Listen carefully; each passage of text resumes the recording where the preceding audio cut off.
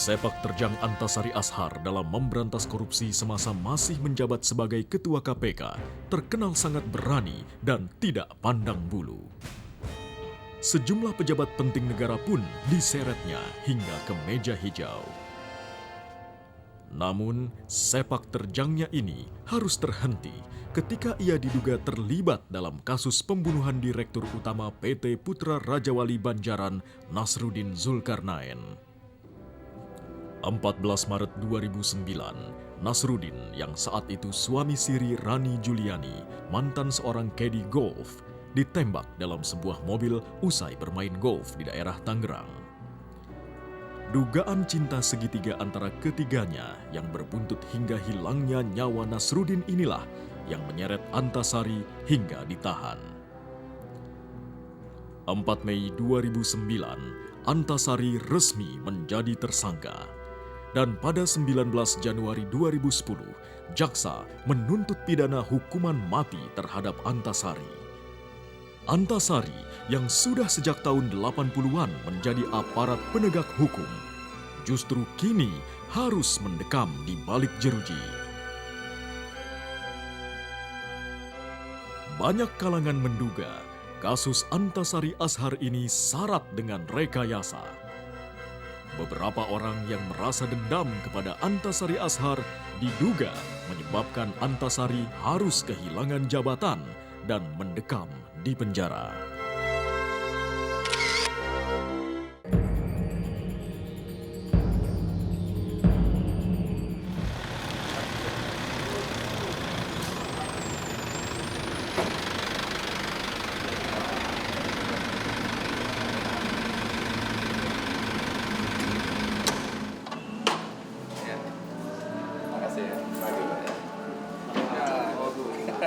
Selamat pagi, terima kasih banyak.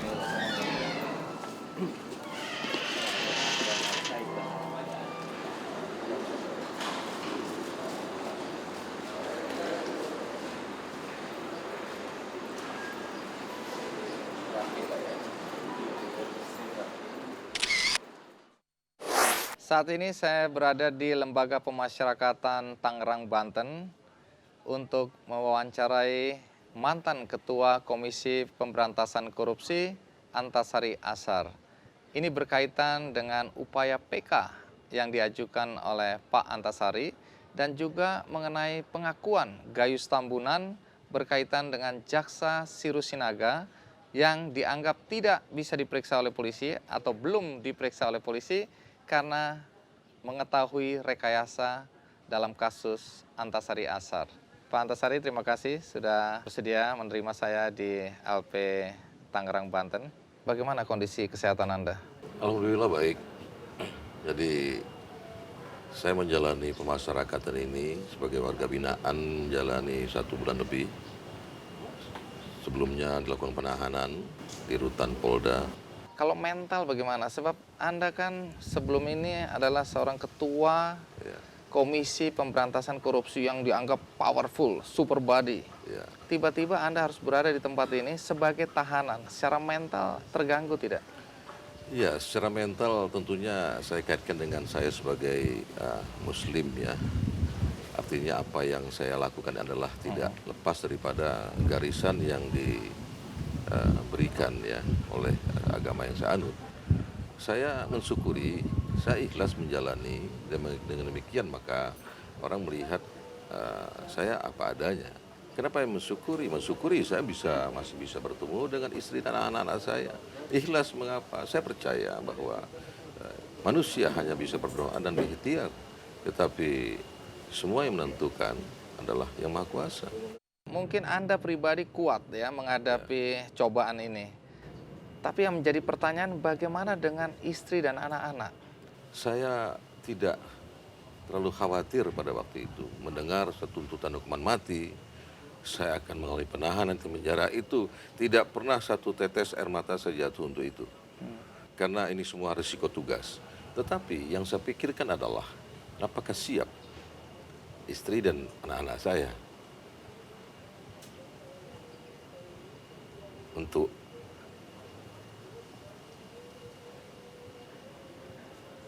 mereka melihat keadaan saya seperti ini. Tetapi ada satu momen yang tidak saya duga pada waktu itu, bahwa kekhawatiran saya itu lenyap ketika mereka mengatakan, "Papa tidak usah khawatir."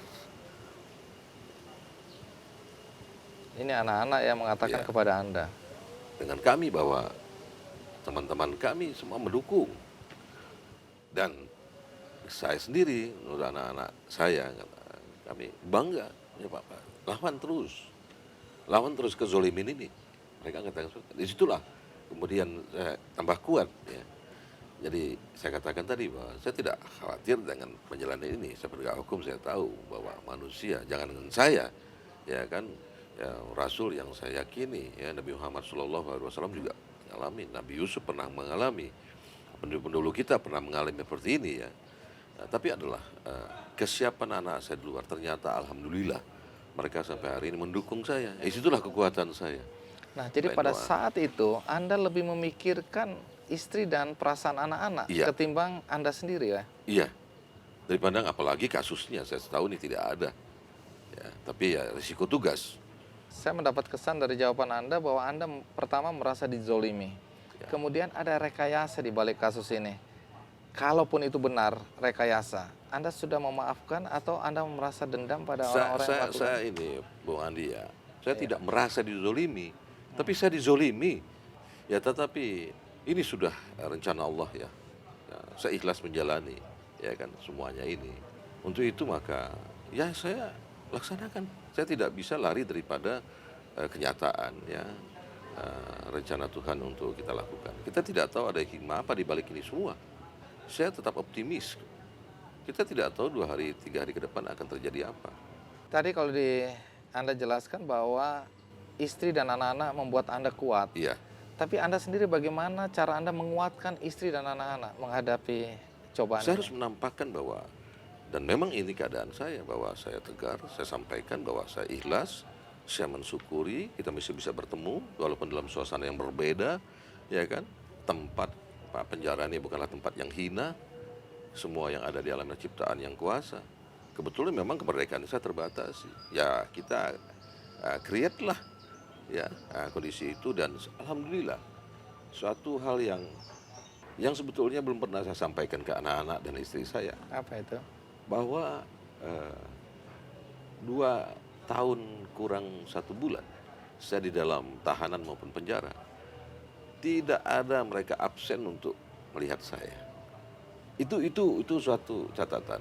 Saya tidak pernah nyampaikan kepada mereka, ya kan, untuk itu. Pada kesempatan ini saya sampaikan begitu arti kuat, ya, ketegaran mereka dan kami, ya, bersama-sama untuk menghadapi ini semua. Tapi tanpa kerjasama itu sulit. Ibaratkan ada kita dalam satu kegelapan, ada satu dian lampu yang muncul memberi penjelasan, memberi penerangan kepada kita. Nah, seperti itulah kondisinya yang ada. Selama di lembaga pemasyarakatan ini, apakah Anda juga mengikuti perkembangan berita yang terjadi di luar? Oh iya. Nah, Jadi saya katakan tadi bahwa di sini kan hanya fisik kita dibatasi, tapi informasi kita bisa peroleh, ya. artinya Anda juga mengikuti pernyataan terdakwa kasus penggelapan pajak Gayus Tambunan Ya. yang menyatakan bahwa sampai saat ini polisi tidak berani memeriksa jaksa Sirus Sinaga Ya. karena berkaitan dengan keterlibatan jaksa Sirus dalam rekayasa kasus Anda. Saya tidak sedikit pun ada terlintas rasa dendam kepada siapapun. Karena saya meyakini bahwa semuanya ini adalah resiko tugas dan rencana Allah harus saya jalani. Kita tidak tahu ada hikmah apa di balik ini semua. Tentu setiap manusia mengharapkan hikmah itu, mengharapkan karomah, ya kan?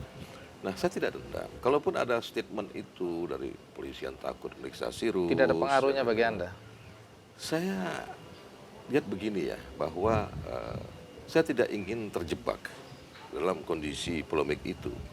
Saya tahu apa yang mesti saya lakukan. Saya dalam posisi apa, dulu kasus bagaimana. Kalau Bung Andi mengikuti, sudah jelas kok terpampang di persidangan. Tidak ada pun satu fakta yang mendukung. Dan memang tidak akan ada fakta yang mendukung. Tapi saya harus dihukum. Ya, seperti putusan saya kasasi Mahkamah Agung. Saya kira ini bukan rahasia umum lagi, ya. Apa yang Dan masih apakah itu mengganjal? nanti akan saya masukkan dalam memori PK? Ini katakan bahwa dissenting opinion. Ada satu Iya. hakim agung bebaskan saya.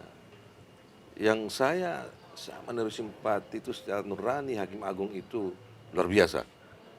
Bahwa adalah keliru bila hakim tidak mempertimbangkan ahli forensik. Itu adalah tindakan keliru dan akan membuat peradilan sesat. Menghukum orang tidak bersalah. Itu tertuang dalam putusan. Nanti saya akan tanyakan mengenai pernyataan dari ahli forensik dalam kasus Anda. Tapi kembali ke kasus tanda kutip yang membuat Anda masuk ke lembaga Iya. pemasyarakatan. Di sini kan muncul percintaan segitiga Iya. yang dianggap sebagai motif mengapa Anda merencanakan sebuah pembunuhan. Nah, dalam konteks percintaan segitiga ini saya minta komentar Anda dulu, karena Ya. saya akan tanyakan bagaimana reaksi keluarga ketika mengetahui ada isu mengenai cinta segitiga. Saya pada waktu itu juga ingin tahu awal-awal 1 bulanan ya seperti apa yang Bung Andi sampaikan. Ingin tahu juga bagaimana perasaan mereka. Tetapi Bung Andi mungkin bisa memahami bagaimana waktu itu saya sulitnya untuk berkomunikasi dengan pihak luar, termasuk keluarga. Keluarga tidak seleluasa seperti yang KUHAP memberikan. Harus besok harus dengan izin. Memang begitu, tapi tidak selamanya izin diberikan. Jadi sulit untuk memahami. Anak saya saja baru 1 bulan baru bisa bertemu saya. Dalam kondisi sudah cair. Artinya mereka sangat tidak percaya dengan kondisi itu. Sangat tidak percaya dengan kondisi itu. Tapi apakah anak dan istri pernah bertanya khusus mengenai cinta segitiga ini kepada Anda langsung? Saya katakan bahwa kita siap, jangan terpancing kepada kondisi yang disiapkan seperti itu. Jangan terjebak kepada, ya boleh dikatakan, saya menggunakan istilah tren sekarang, jangan ikuti skenario itulah. Ya, saya adalah saya. Bagaimana orang cinta segitiga, udah temu juga enggak. Apakah mereka yakin dengan penjelasan Anda waktu itu? Mereka sangat yakin. Pak Antasari, menarik sekali karena selain ada rekayasa yang Anda sebutkan tadi mengenai cinta segitiga, tapi ada satu hal yang ingin saya tanyakan, yaitu adanya telepon kepada istri Anda dari seorang perempuan yang mengaku malam sebelumnya, tidur dengan Anda. Nanti tolong jelaskan, tapi sebentar dulu kita rehat. Dan pemirsa, pastikan Anda masih terus bersama saya di Kick Andy. Kalau Bung Andi tidak puas dengan sumpah pengadilan, Bung Andi mungkin punya saran sumpah pocong kali. Silakan Pak Bung Andi. Artinya di sumpah pocong pun Anda berani? Berani. Ini serius? Serius.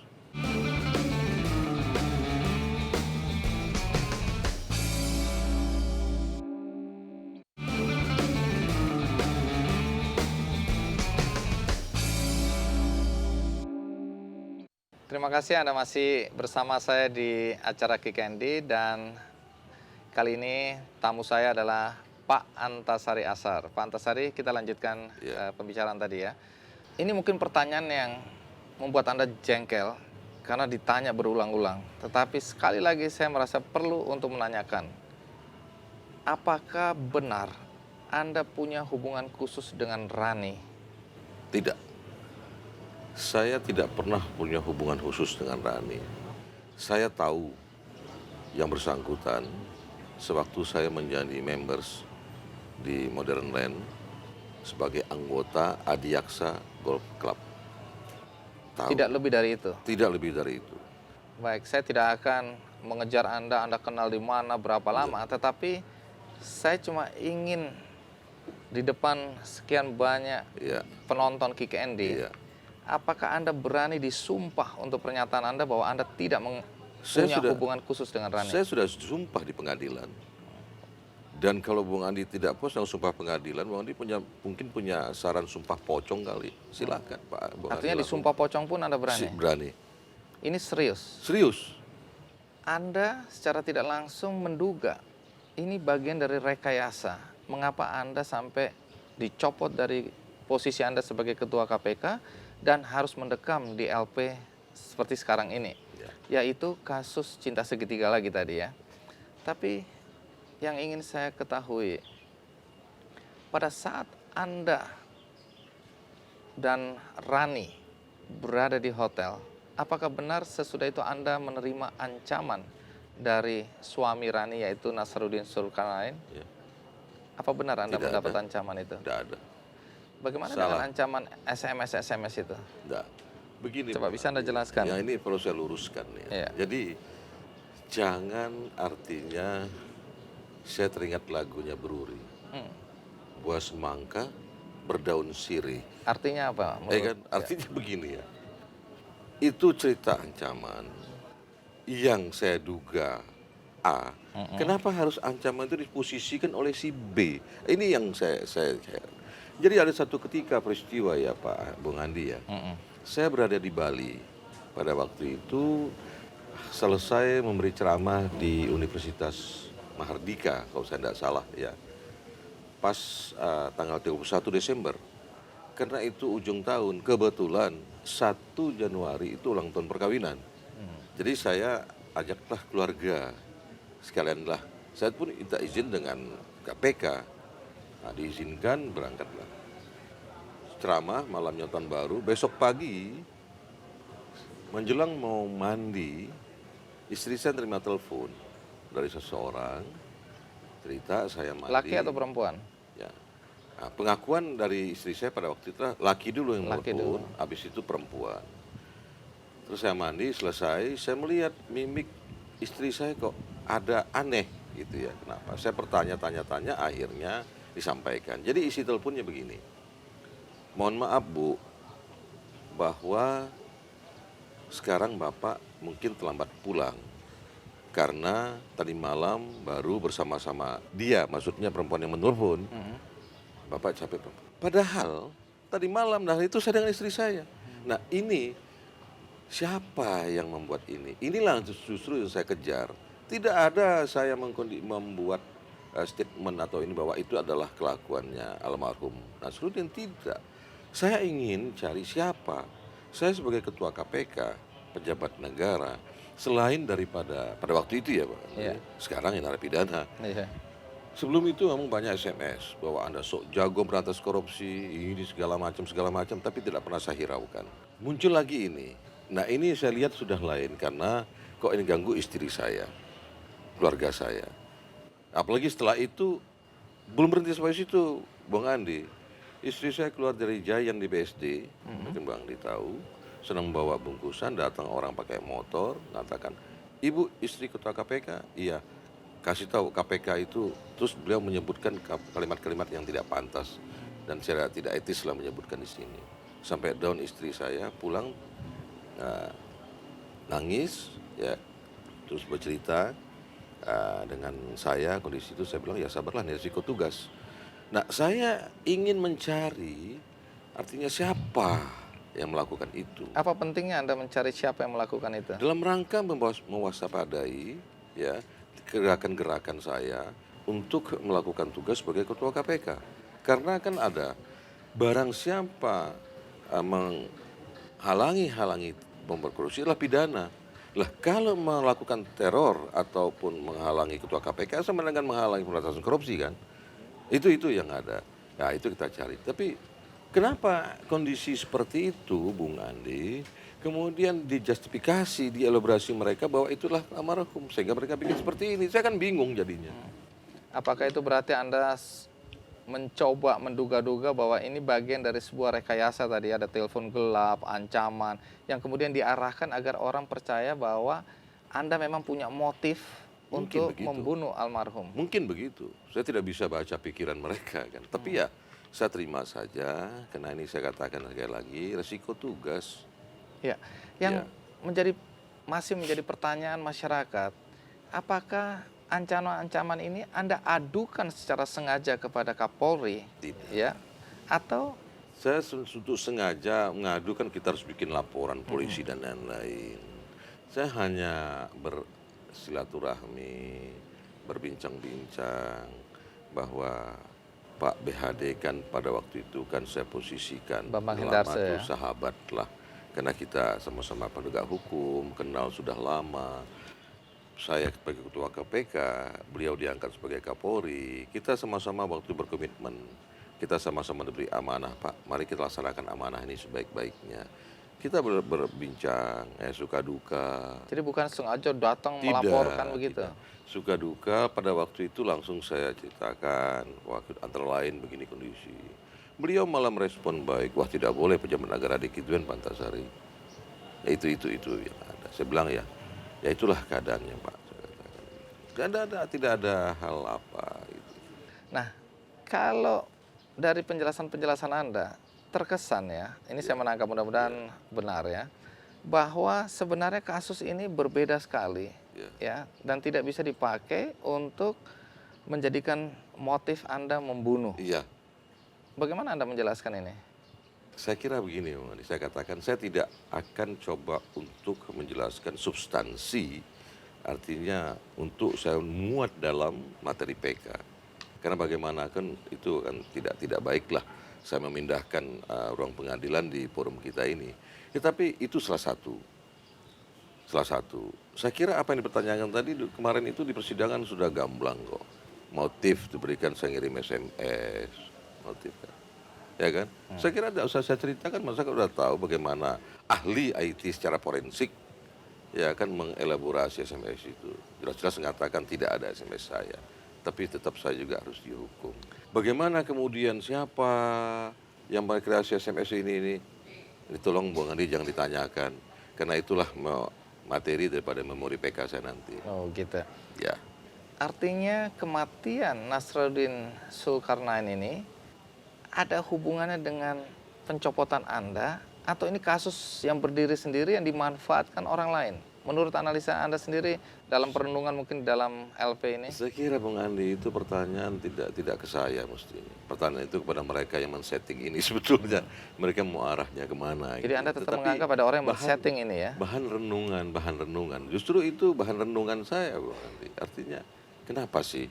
Seperti saya muat dalam eksepsi saya dan pembelaan. Ada tertulis kok saya muat, saya ucapkan di depan persidangan. Kenapa sih? Kalaupun ada niat hanya sekadar untuk melengsarkan saya atau memberhentikan saya KPK, harus nyawa orang dikorbankan. Ini kan tidak baik secara agama maupun secara ini. Saya muat dalam pembelaan saya. Saya muat dalam eksepsi saya. Saya muat lagi dalam memori kasasi saya. Baik, saya akan bertanya soal dosa-dosa Anda yang membuat beberapa pihak tentu menginginkan agar Anda tidak di posisi itu. Nanti Anda bisa bilang iya atau tidak, atau Anda yakin atau tidak ya. Tapi sebelum itu kita rehat sejenak. Kita akan lanjutkan setelah pesan-pesan berikut ini. Lalu siapa yang menginginkan Anda berada di sini?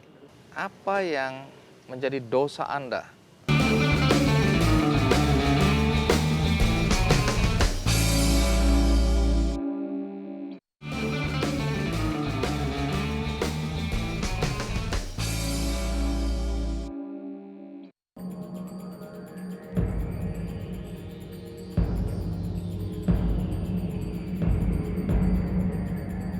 Dari awal kejadian, sebelum Bapak mendapatkan itu, karena ini suatu rekayasa, dan kebetulan sampai detik ini rekayasa itu secara tidak disengaja bisa terungkap sedikit demi sedikit bahwa itu adalah suatu rekayasa, maka makinlah jelas bahwa Bapak tidak pernah melakukan perbuatan itu. Kalau saya pribadi dari mulai awal itu sama sekali nggak percaya. Alasannya karena saya tahu papa tuh kayak apa gitu. Saya kenal papa ya 24 tahun saya hidup, saya kenal papa. A sampai Z saya tahu gitu.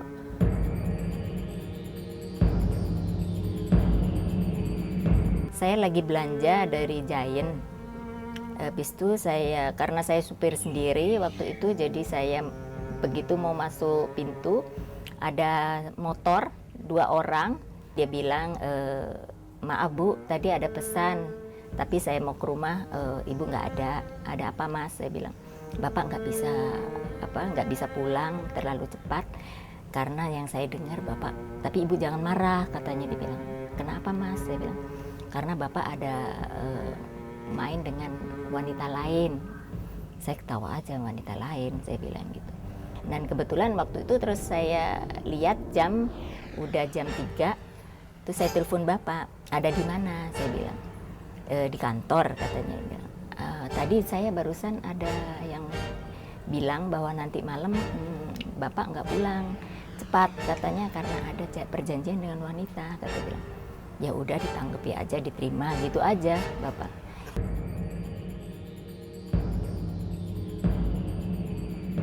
Nggak tahu, saya pikir kayak orang pegawai baju putih, tapi kayak seperti swasta ya kalau dilihat dari bukan pegawai negeri. Saya masih ingat itu mukanya, kalau ketemu pun masih ingat.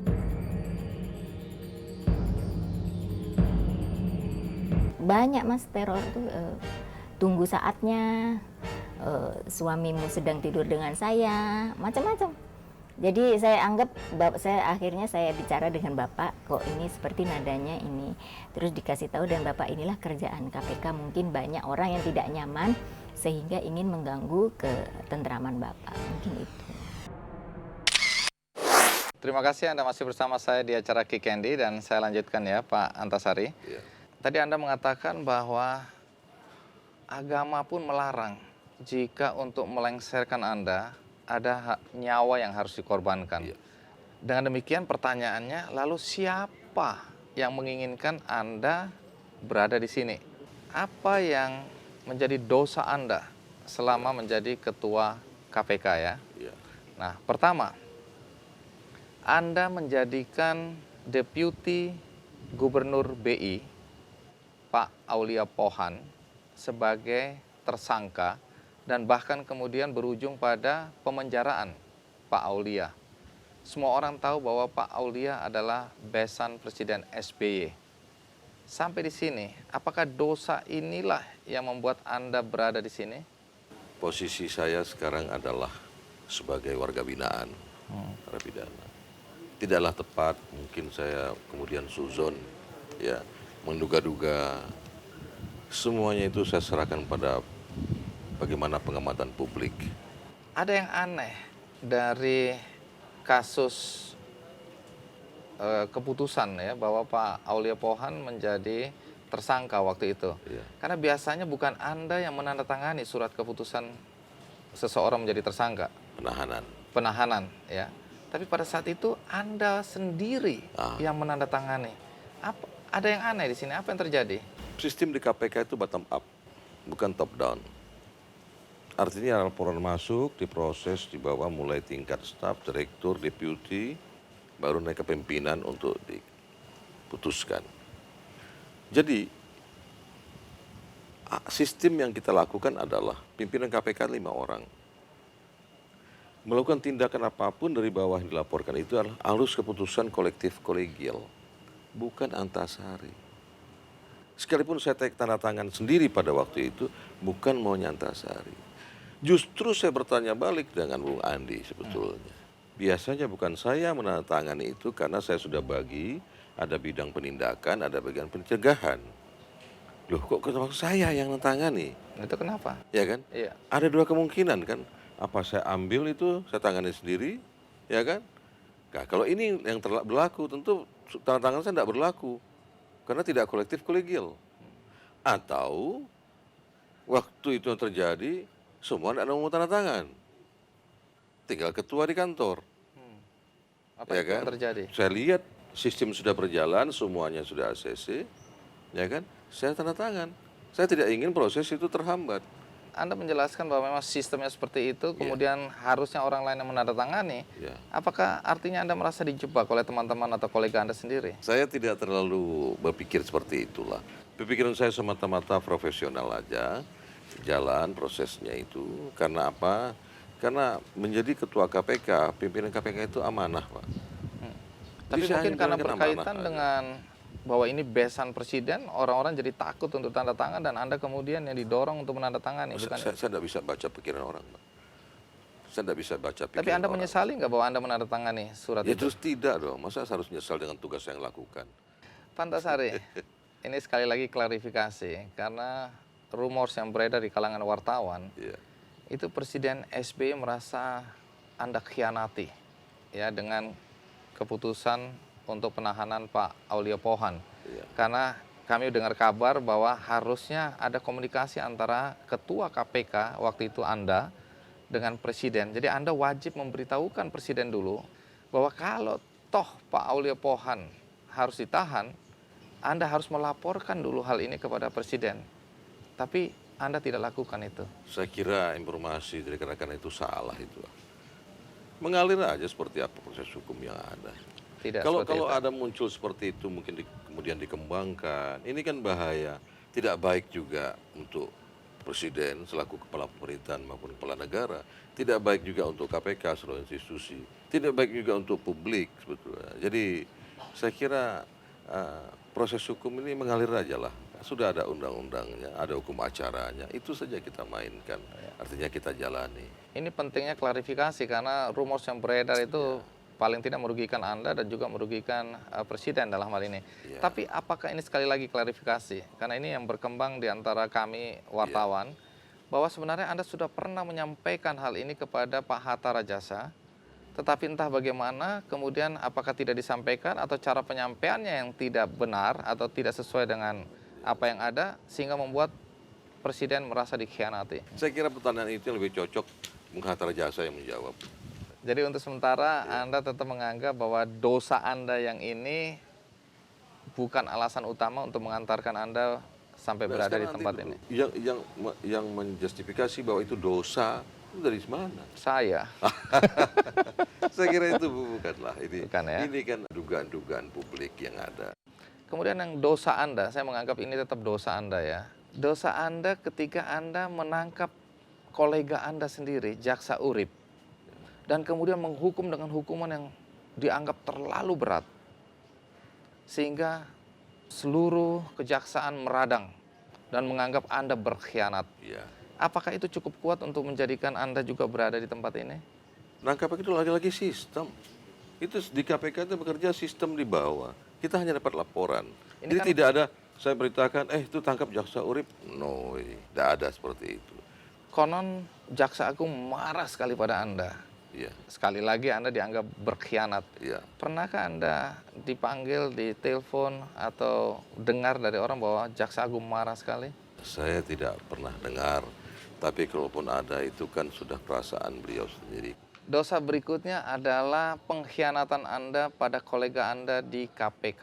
Ya, Karena pada saat-saat itu Anda sedang melakukan penyidikan atau pengusutan ya, dugaan adanya suap ya, yang dilakukan atau diterima oleh kolega Anda di KPK. ya.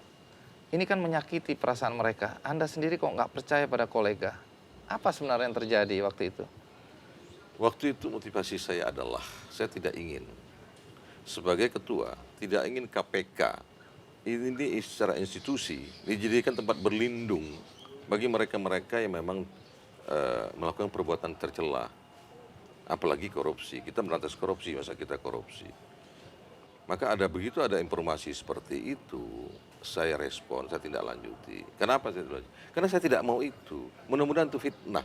Sebabnya sampai Anda berangkat ke Singapura Betul. sendiri dan Anda rekam pembicaraan Betul. Anda dengan Anggoro ya. Betul. Dan Anggoro menyebut nama seseorang. Tapi yang saya heran itu belum diproses, malah yang tidak sebut Anggoro yang diproses. Kita lanjutkan ke dosa berikutnya. Silakan. Dosa berikutnya mengenai pengusutan Anda terhadap dugaan korupsi IT di KPU. Apakah Anda juga yakin bahwa ini persoalan besar yang membuat ada pihak-pihak yang menginginkan Anda lengser dari KPK? Saya melihat pada waktu itu di satu televisi mengatakan ada 100 komisioner KPU itu menjelaskan bahwa tidak akan menggunakan alat IT yang baru, yang sistemnya ICR katanya baru. Kenapa saya tahu? Karena mereka pernah menjelaskan itu kepada saya di KPK. Tapi akan kembali kepada penghitungan manual. Di sini yang mengganggu saya, kenapa harus manual? Alat kita beli, kok enggak kita manfaatkan? Kan gitu. Nah, saya minta pada waktu dilakukan koordinasi, dipertanyakan itu kenapa. Khawatir saya tinggal 10 hari, kalau manual nanti terganggu tahapan pemilu. Terganggu tahap bernegara kita. Itu pikiran saya. Anda sendiri nggak merasa ada dugaan bahwa ini korupsi di KPU? Waktu itu sedang terjadi? belum masih masuk pencegahan, Pak. Nggak ada saya dugaan ke sana. Saya ingin tahapan ini lancar, itu saja sebetulnya. Dosa terakhir yang saya catat, Menurut Bung menurut Andi. saya, karena saya himpun dari berbagai materi pemberitaan yang ada ya. Iya. Dosa Anda yang cukup berat ini kelihatannya adalah penyadapan KPK terhadap telepon perwira-perwira polisi atau kepolisian. Karena dari penyadapan itu terungkap adanya satu persoalan, yaitu upah pungut. Di mana upah pungut ini sebenarnya sangat menguntungkan beberapa perwira di kepolisian, perwira tinggi lagi. Nah, dengan pengusutan yang Anda lakukan, upah pungut ini sejenak terhenti berkaitan dengan peraturan Menteri Dalam Negeri. Sampai di sini, apakah Anda merasakan bahwa ini dosa yang cukup berat yang membuat Anda berada di sini sekarang? Jadi memang pada waktu itu ada informasi ke saya, ada kegiatan seperti bertanyakan itu. Saya konfirmasi kepada wakil ketua yang membidangi itu. Saya pertanyakan apa benar ada kegiatan itu. Tunggu, ini menjadi menarik karena di kalangan kami juga jurnalis yang selalu mencoba mencari-cari info. Pada saat itu, Anda bahkan marah besar sampai memukul meja karena Anda merasa dikhianati karena Anda tidak tahu. Berarti Bung Andi waktu itu membangun CCTV di ruangan saya ini. Sekarang apa betul? Anda Benar, marah saya karena waktu itu marah Anda tidak karena tahu. Saya tidak dilaporkan. Artinya memang kita sudah beri kewenangan kepada wakil kita untuk membidangi hal penyadapan itu. Tapi tentunya insting kepemimpinan, insting dan komisioner harus ada. Ini kan hal yang strategis. Seharusnya itu dibawa ke rapat pimpinan, dilaporkan paling tidak kepada ketua. Selama ini Ini tidak tidak dilaporkan. dilaporkan, sehingga saya memang sedikit agak emosi waktu itu. Saya katakan, kenapa kegiatan strategis ini tidak dilaporkan ke saya? Sehingga informasi kok simpang siur di luar yang saya dengar, seperti itu. Tapi apa betul sejumlah perwira marah karena rezeki mereka terhambat akibat upah pungut itu untuk sementara mau diatur dengan peraturan Menteri Dalam Negeri yang baru? Ini kan masalah, ini amanah daripada waktu itu laporan yang masuk kepada KPK, diproses oleh penerima laporan, naik ke atas, ini masuklah meja pimpinan. Nah, saya memang pimpinan menugaskan untuk lakukan evaluasi, benar nggak laporan seperti ini? Nah, kita coba berinteraksi, koordinasi dengan Mendagri pada waktu itu Pak Mardianto tentang ini, kita tertibkan. Memang ada ketentuan 5% itu harus kepada dikembalikan kepada sebagai upah pungut. Nah, apakah 5% upah pungut itu sudah sampai kepada sasarannya atau sampai kepada yang bukan seharusnya? Itu saja sebetulnya. Apa betul jumlahnya besar sekali sampai ratusan miliar? Saya tidak masuk kepada teknis sejauh itu, jumlahnya segala macam, tidak sampai ke sana. Tapi kebijakan itu yang ingin kita benahi sebetulnya. Itu Mendagri juga setuju, maka terjadilah perubahan Permendagri untuk itu. Menarik sekali karena tadi di awal Anda sempat mengatakan bahwa ada keterangan dari ahli forensik yang diabaikan. Ya. Nah, saya akan tanyakan apa yang Anda maksud dengan keterangan-keterangan yang diabaikan itu, yang tentu saja menurut keyakinan Anda bahwa itu faktor yang harusnya memperjelas apa yang terjadi selama ini ya. Baik, jangan kemana-mana, ikuti terus Kick Andy. Bahwa kasus kematian Nasruddin Zulkarnain ini memang digunakan untuk tujuan mencopot Anda dari posisi KPK. Apakah itu benar?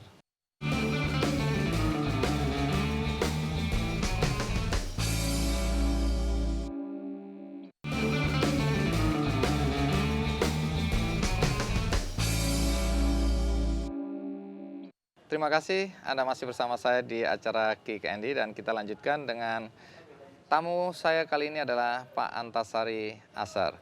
Pak Antasari, saya kembali ke soal kejanggalan-kejanggalan menurut Anda dan penasihat hukum Anda. Ya. Kejanggalan-kejanggalan yang ditemukan ketika terutama Pak Munim ya, ahli forensik yang menyatakan ketika menerima mayat itu sudah dikerjain, artinya sudah tidak sebagaimana ditemukan ya. Kemudian kalau nggak salah ada kasus pistol yang menurut penasihat hukum Anda di pengadilan saya dengar itu pistol yang macet, sementara waktu menembak itu pistol yang betul-betul lancar. Nah, dari perspektif Anda, kejanggalan-kejanggalan apa aja yang sampai saat ini Anda pertanyakan? Itu nanti bagian daripada memori PK saya. Saya tidak ingin nyampaikan secara substantif materinya, muatan apa. Tuh, kan saya sedang menyiapkan renstra. Juga ada strategi untuk itu kan. Tapi paling tidak adalah, saya ingin sampaikan adalah bahwa kalau proses ini secara benar kita laksanakan, maka akan terlihat di ujung sana. Katalah ini orang gelap, sana tuh di ujung tuh pasti terang. Ya. Ini delik di pasal 340 inilah delik material. Saya bisa bercerita, saya penegak hukum kemarin. Delik material ini yang dilihat adalah akibat perbuatan. Di sini kita lihat akibat perbuatan adalah ada meninggalnya seseorang. Seharusnya pengusutan dari situ, Bung Andi. Dari situ baru ke belakang. Si Adi Bibam, meninggalnya ini siapa? Meninggalnya bagaimana? Meninggalnya karena apa? Meninggalnya di mana? Itu dulu kita bongkar. Dan meninggalnya dengan apa? Kalau sudah ada kepastian itu, baru kita cari siapa pelakunya. Apakah spontanitas atau berencana?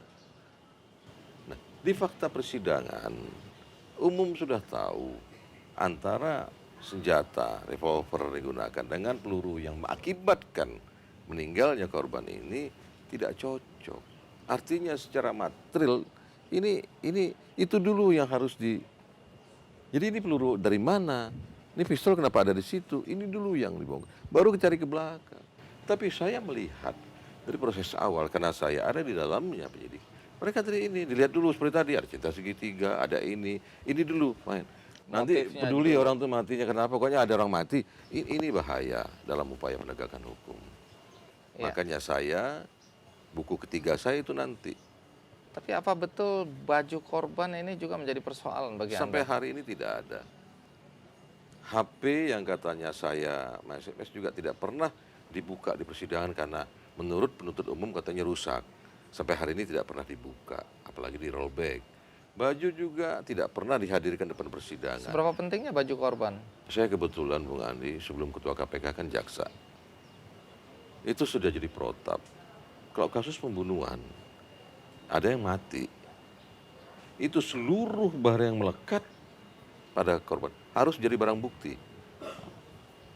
Apakah kacamata, apakah arloji, apalagi ini baju. Di mana di baju itu konon katanya kalau melihat penembakan itulah menempel darah. Itu kan bisa diketahui bagaimana kapan meninggalnya, bagaimana ditembaknya. Bisa kelihatan. Sampai sekarang baju itu tidak pernah ditemukan.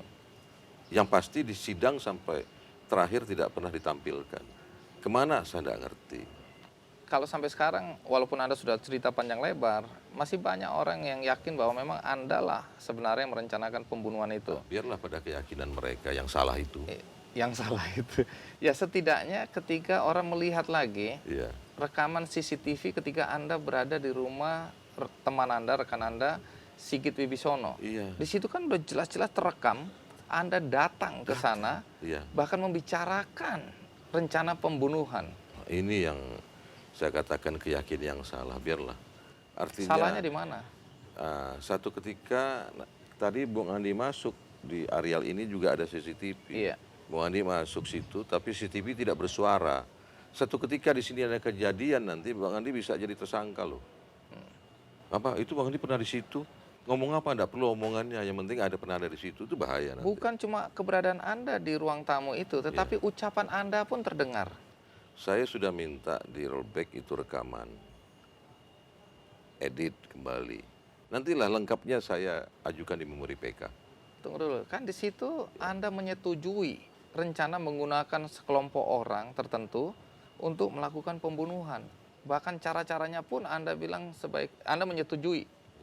Ada dua sisi saya lihat dari pertanyaan Bu Andi. Yang pertama adalah setuju dengan kelompok. Nyatanya memang kelompok itu disebutkan itu, ya kan? Iya. Satu, lihat. Yang kedua, ya kita lihat motif yang merekam. Yang Anda ingin tanyakan kenapa di dalam ruangan itu ada CCTV yang merekam pertemuan Anda gitu? Bukan itu. Apa? Itu formal. Kenapa motif dia merekam? Karena kalau ditanyakan itu seolah substansi itu seolah saya ada.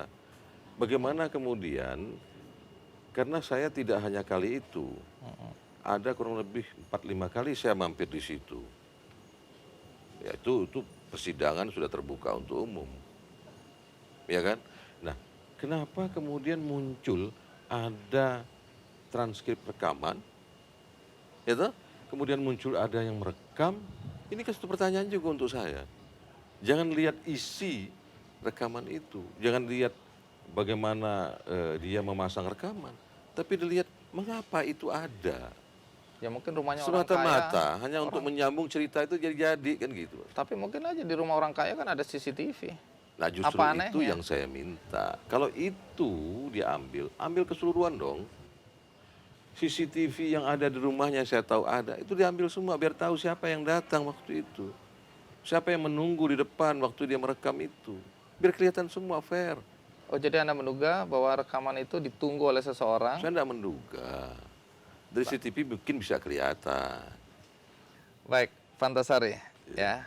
Kalau bisa dari perbincangan kita berdua tadi tentang kasus Anda ini, saya kemudian bisa mengambil kesimpulan ya, nanti Anda tambahkan apakah benar atau tidak, bahwa kasus kematian Nasruddin Zulkarnain ini memang digunakan untuk tujuan mencopot Anda dari posisi KPK. Apakah itu benar? Yang paling sulit dalam hukum ini adalah membuktikan offset niat, karena ada di dalam. Ya, jadi biarlah itu proses yang akan membuktikan. Dan saya pun tetap, seperti saya katakan bahwa saya akan tetap mencari, artinya mencoba dengan kapasitas yang ada. Ada yang meninggal, siapa pelaku dan motifnya apa. Saya akan mencari itu. Fantasari, tadi Anda sudah berani bersumpah, bahkan bersumpah pocong ya, Ya. bahwa Anda tidak punya hubungan apa-apa dengan Rani. Tidak. Nah, kalau sekarang saya tantang lagi Anda di depan penonton Kick Andy Iya. di seluruh Indonesia. Iya. Beranikah Anda bersumpah bahwa bukan Anda yang menyuruh membunuh Nasruddin Zulkarnain? Beranikah Anda? Bung Andi fasilitasi aja itu sumpah saya laksanakan. Jadi Anda juga berani Ya. menghadapi tantangan ini? Tapi ingat, sebelum Bung Andi ucapkan itu, sebagai Muslim, ya, dalam rangka mengaplikasikan hablum minan nas, hablum minallah, pada awal saya sudah menyampaikan pada yang kuasa, ya Allah, ya kan, jernihkan pikiran hati mereka yang sudah menempatkan aku seperti ini. Ya Allah, bukakan siapa sebetulnya yang melakukan ini. Ya Allah, beri kesehatan anak dan keluarga.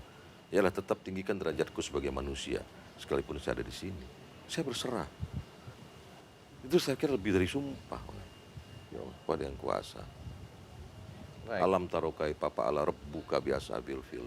Alam menjan al-qaidahum fidod lilin. Warsalna alaihim tairun ababil. Tarmihim bihijaratim min sijil. Fanyalaim kasumakul. Itu sudah. Itulah yang saya baca selama ini.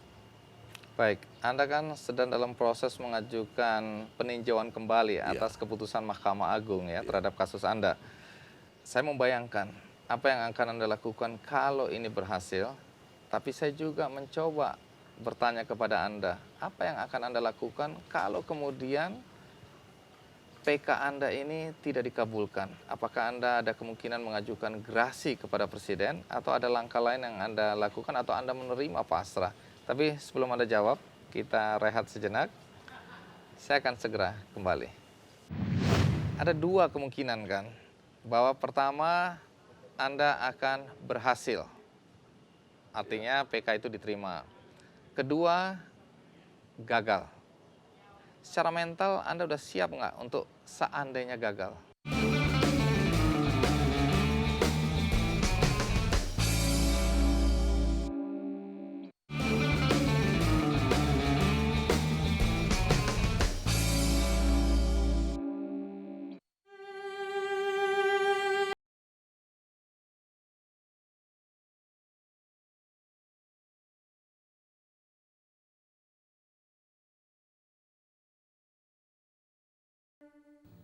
Istri mana yang tidak ingin hidup bahagia, selalu berdampingan dengan suami tercinta selama hidupnya?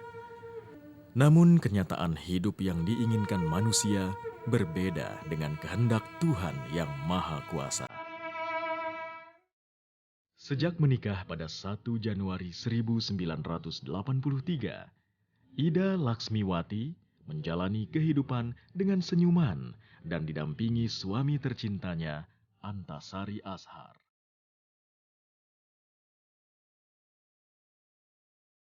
Kehidupannya kian sempurna setelah beberapa tahun pernikahannya dikaruniai 2 orang putri.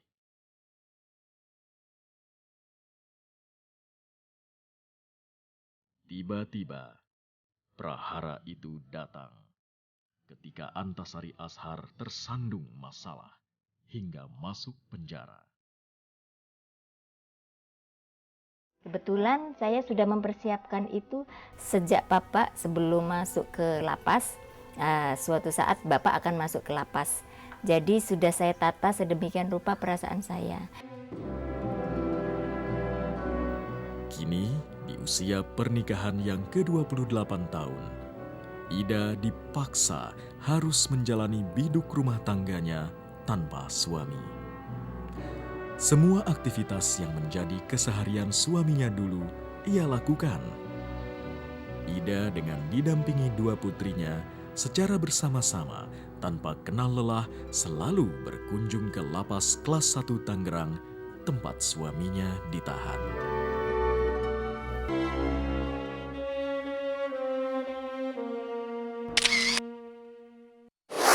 Anda masih bersama saya di acara Ki Candy dan kita akan lanjutkan wawancara dengan mantan Ketua KPK Antasari Ashar. Pak Antasari, Ya. Anda kan sekarang dalam proses untuk mengajukan peninjauan kembali atas keputusan Mahkamah Agung terhadap kasus Anda. Ada 2 kemungkinan kan, bahwa pertama Anda akan berhasil, artinya PK itu diterima. Kedua, gagal. Secara mental Anda udah siap nggak untuk seandainya gagal? Sejak awal saya siap menghadapi kondisi ini. Saya sampai pada kesimpulan bahwa saya coba merenung ya di dalam lembaga pemasyarakatan ini. Dulu saya di luar bebas, luas saya mau kemana. Tapi saya hanya terfokus kepada pemberantasan korupsi, itu setiap hari. Tapi dalam sini dengan di ruangan yang terbatas sempit, saya coba, tapi pandangan saya luas. Saya bisa melihat seluruh apa yang ada. Sampai pada kesimpulan tentang PK saya sendiri. Saya pada kesimpulan begini, sekalipunlah dalam proses formal peradilan akan sama seperti kemarin. Kenapa saya berkesimpulan seperti itu? Di pengadilan negeri sudah terpampang fakta saya terlibat tapi saya harus dihukum. Pengadilan negeri begitu, pengadilan tinggi Mahkamah Agung dissenting opinion. Ya, kalaupun seperti itu, sekalipun lembaga formal mengatakan seperti itu, tapi di nurani publik, terutama rakyat Indonesia, mengatakan saya tidak bersalah. Artinya, biarlah di mata secara formal saya adalah seorang kriminal, tapi di mata publik, terutama di mata Allah Subhanahu Wa Taala, saya mulia. Itu yang lebih penting bagi saya. Apakah ada upaya gerasi seandainya PK gagal? Gerasi itu mengakui perbuatan, tapi minta ampun. Anda tidak akan lakukan Saya itu? belum pertimbangkan itu. Belum terpikir ke arah sana. Baik. Jadi selama di dalam LP ini apa saja kegiatan Anda? Dengar-dengar tadi bikin buku, udah 2 ini kalau saya catat tadi. Iya, alhamdulillah Bung Andi ya. Artinya, Buku apa ya? yang pertama adalah suka duka saya sebagai tahanan. Oh, Hampir 2 tahun saya bahwa itu hanya saya akan angkat hal-hal yang aneh bagi saya, seorang yang tidak pernah menahan, jadi banyak hal-hal yang saya ambil untuk konsumsi publik tapi bukan untuk bukan kemudian semacam ditahan. perlawanan Anda? Oh tidak, Bukan itu tidak. ya? Tidak hanya kondisi saya yang Batin menghadapi, aja. bagaimana nasi saya kok dimakan-makan kucing, misalnya gitu kan, seperti itu. Bagaimana saya mengenal istilah-istilah di dalam itu, yang tidak ada istilah di luar, kan begitu kan. Bagaimana saya bersosialisasi di sana, bagaimana kemudian saya bisa tetap seperti Antasari yang Bung Andi lihat di sana itu, ternyata juga walaupun kita ikut aturan. Buku Buku kedua, kedua adalah autobiografi. Ini saya kolaborasi dengan teman seperti data mulai saya lahir sampai dengan saya berada di posisi seperti ini. Itu ditulis. artinya ada juga di situ ungkapan-ungkapan tentang kasus Anda, perasaan-perasaan Anda juga.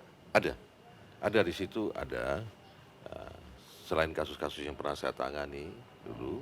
Yang ketiga masalah ini pemikiran sebagai pernah menjadi penegak hukum, tapi visi penegakan hukumnya tidak hilang.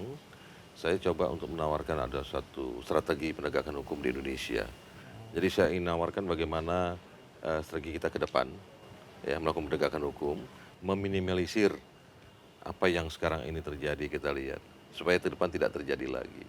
Pak Antasari, Ya. kalaupun ada hikmah yang bisa Anda petik dari kasus Anda, kemudian keberadaan Anda di LP ini, hikmah semacam apa yang Anda dapatkan? Saya banyak melihat hal yang masih dalam proses penegakan hukum harus kita benahi, bukan LP-nya tetapi proses sebelumnya. Ya. Di sini kan ada, kalau LP tidak bisa kita persalahkan, mereka hanya membina orang yang dikirim sebagai eksekusi. Ya, setelah dieksekusi mereka membina. Tapi ada saja orang berada di sini karena tidak tahu tentang hukum. Apakah perbuatan tertentu hari mereka lakukan itu benar atau salah, mereka tidak tahu. Tapi ada gium hukum bahwa semua orang taat hukum, ya. Ini tidak ada pertimbangan selama ini. Yang kedua adalah kita lihat bahwa mereka tidak harus ada di sini, mereka di luar. Tapi yang di luar itu harus ada di sini.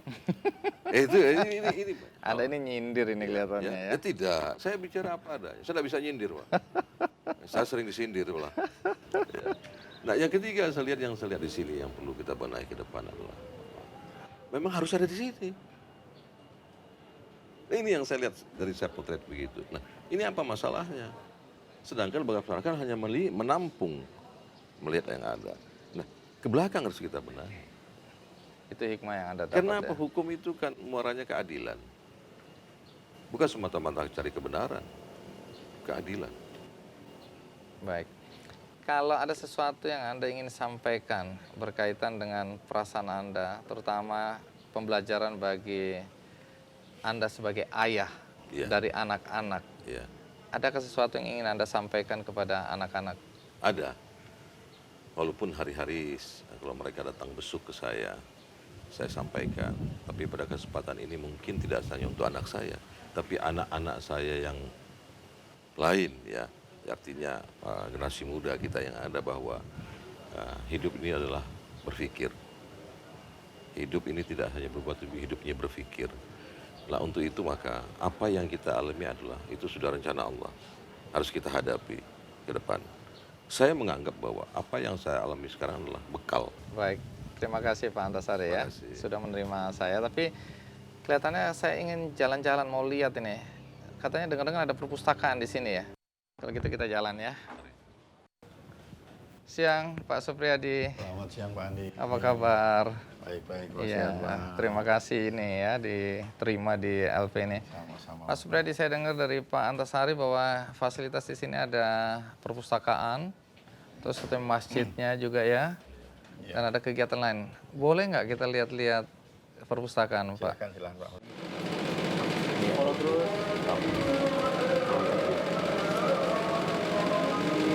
Perpustakaannya ya. Perpustakaan kita nih Pak. Ini terus terang perpustakaan kita ini ada keterbatasan. Iya, permisi ya. Ya. Meskipun dalam keterbatasan, tapi anak-anak kemauannya ini Pak luar biasa. Kemauan baca ya? Iya, kemauan belajarnya. Baik Pak Supriyadi, di kesempatan ini Kiki Andi juga ingin memberikan ada 100 judul buku yang akan kami sampaikan untuk teman-teman di LP ini ya. Boleh ya, melalui Anda ya. Terima kasih sekali Pak Andi. Baik, ini simbolik Ya. aja. Saya serahkan 4 buku, tapi ada 100 buku Ada 100. akan kami persembahkan untuk perpustakaan ini. Terima kasih Terima banyak, kasih Pak. kali. Terima Iya, kasih, Pak. sukses selalu, luar biasa. Terima kasih. Baik, terima kasih juga Pak Rudi. Baik ya, mudah-mudahan bermanfaat ya teman-teman ya. Baik, kalau gitu kita Ya, mari, ke depan. Sebab dengar-dengar ada kegiatan bermusik ya. Musik ada Pak Surid. kita ya. Di sini ada grup band namanya Lapasta Grup Band. And now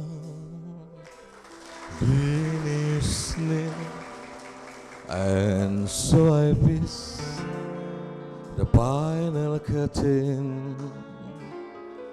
My friend, I'll say it clear, I'll stand my kiss, of which I'm certain.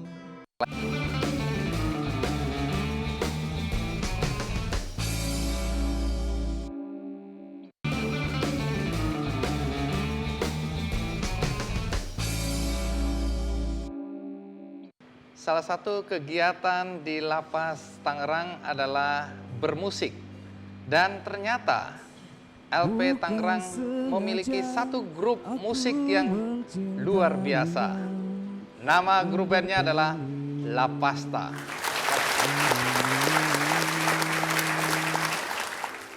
Tapi ini mungkin jalan terbaik buat kita, karena tak mungkin lagi amarah.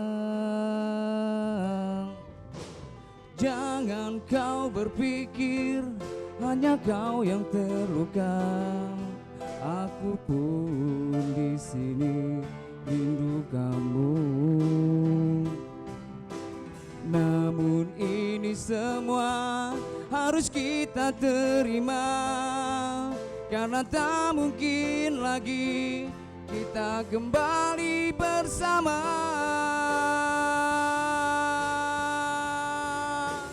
Ku cinta kamu, tapi ku sayang dia.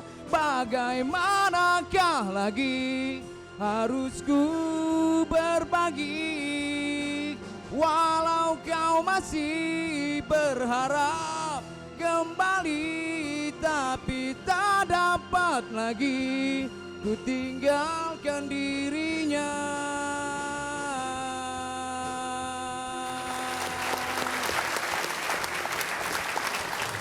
Bung Andino ya, Iya. bersama teman-teman warga binaan, tidak salah kiranya hasil juga kawan-kawan di warga binaan. Secara pribadi saya ingin sampaikan kenangan ini, bahwa di sini kreativitas tidak dilarang.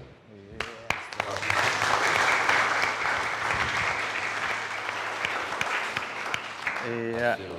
Ini hasil karya dari warga binaan sini ya Pak? Dari kertas koran. Oh iya. Ini kertas korannya media Indonesia ini ya.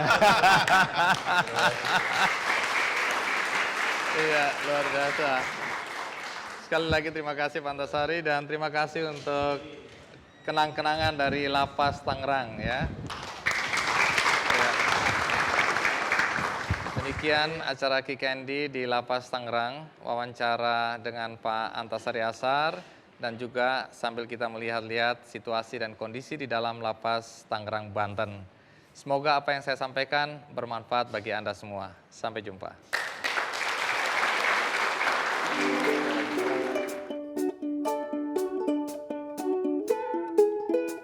Selamat ulang tahun buat Papa, dari Mama, Mbak Dita, Adek. Semoga Papa panjang umur, terus tetap diberi kesehatan, kesabaran, dan kekuatan. Semoga juga insya Allah langkah ke depan kita bisa berhasil, segala jalan hukum yang kita tempuh bisa membuahkan hasil yang baik untuk kita, dan kebenaran itu pasti akan datang. Selamat ulang tahun untuk Papa. Semoga Papa panjang umur, Papa tetap tabah seperti Papa yang dulu. Ini maaf nggak ada Mbak Dita karena dia sedang kerja. Mudah-mudahan Papa tawakal, lebih memaknai apa arti hidup, dan mudah-mudahan jalan kebenaran itu akan tercapai. Amin.